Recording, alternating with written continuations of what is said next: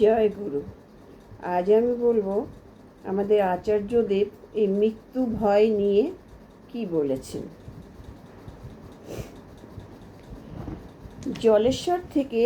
জলেশ্বর থেকে এসেছেন এক দাদা। প্রথম স্টেজে ক্যান্সার ধরা পড়েছে, অপারেশন হয়েছে, এখন ভালো আছেন, কিন্তু একটা বিপদের চিন্তা, মৃত্যু ভয় তাকে গ্রাস করে রেখেছে। আচার্যদেব বলছেন, কিছুদিন আগে একটা রিসার্চ পেপার পড়েছিলাম, নিয়ার টু ডেথ এক্সপেরিয়েন্স বলে। তাতে বলা হয়েছে এই যে জীবনের কষ্ট যন্ত্রণা যা কিছু, তা মৃত্যুর মুহূর্ত কিছুই উপলব্ধি হয় না। যা কিছু তার মৃত্যুর মুহূর্তে কিছুই উপলব্ধ হয় না। মৃত্যুটা একদমই যন্ত্রণার নয়। আর এদিকে রইল জীবন। ভেবে দেখো তো, পৃথিবীটা সুন্দর নয়?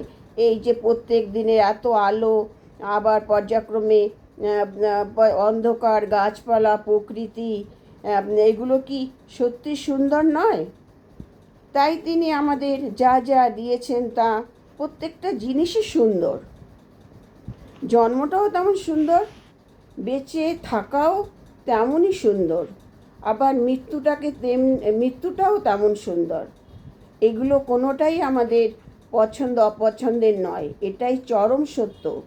তাই যে সুন্দর, এখানে আমরা যতজন বসে আছি, আমরা কেউই একদিন থাকবো না, সবাই একদিন চলে যাব।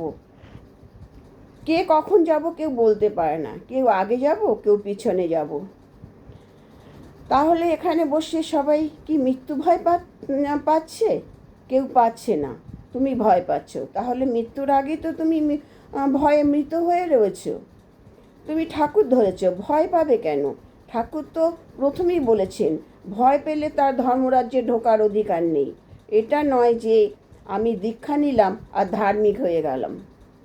যতক্ষণ না মন থেকে ভয় কাটছে ততক্ষণ সে ধার্মিক নয়।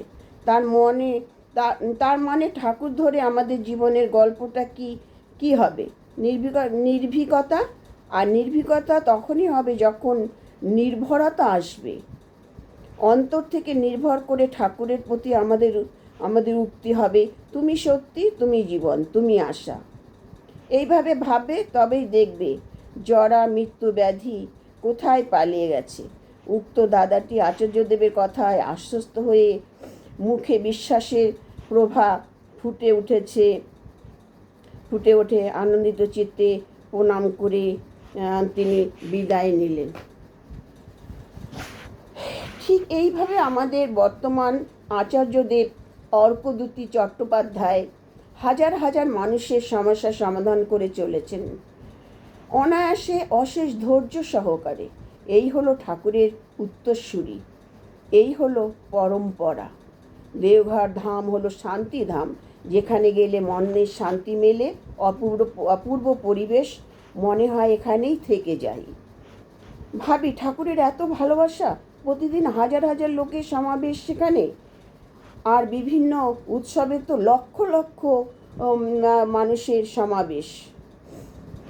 এই হলো শান্তিধাম, দেবভূমি, এই হলো দেওঘর ধাম।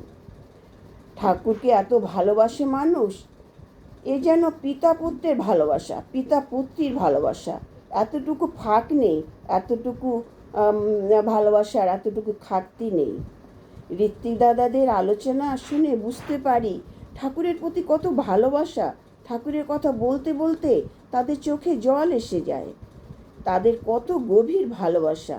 এই ভালোবাসার কাছে একটি টাকা কেন, টাকা পয়সা, বিষয় সম্পত্তি তার পায়ে অনায়াসে অর্পণ করতে এতটুকু কুণ্ঠিত হয় না আমাদের শিষ্যরা বা আমাদের ঋত্বিক দাদারা। এই হলো আমাদের ঠাকুর। তাহলে বুঝতে পারছেন মানুষ কোথায় রেখেছে আমাদের ঠাকুরকে, আর কি আছে তার ভিতরে। ঈশ্বরীয় শক্তি ছিল তার, তাই তো তার জায়গা হয়েছিল আমাদের সিংহাসনে। জয় গুরু। আমাদের আলোচনা যদি ভালো লাগে তাহলে একটা কমেন্ট শেয়ার করে দেবেন এবং একটা লাইক করবেন।